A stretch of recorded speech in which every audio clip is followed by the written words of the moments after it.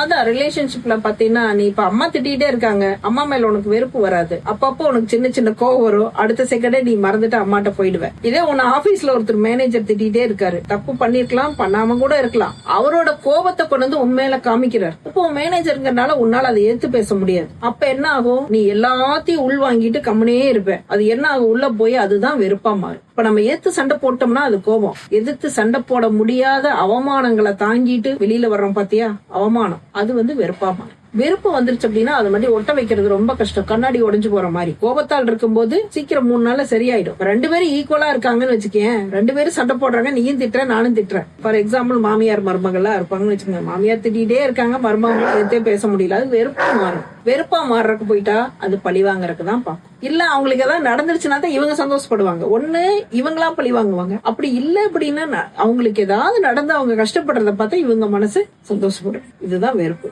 வெறுப்பும் கோவம் கொஞ்சம் கொஞ்சமா பலூன் மாதிரி ஊதிக்கிட்டே போவோம். ஒரு நாளைக்கு பட்டன் வெடிச்சிருச்சுன்னா அது வெறுப்பு.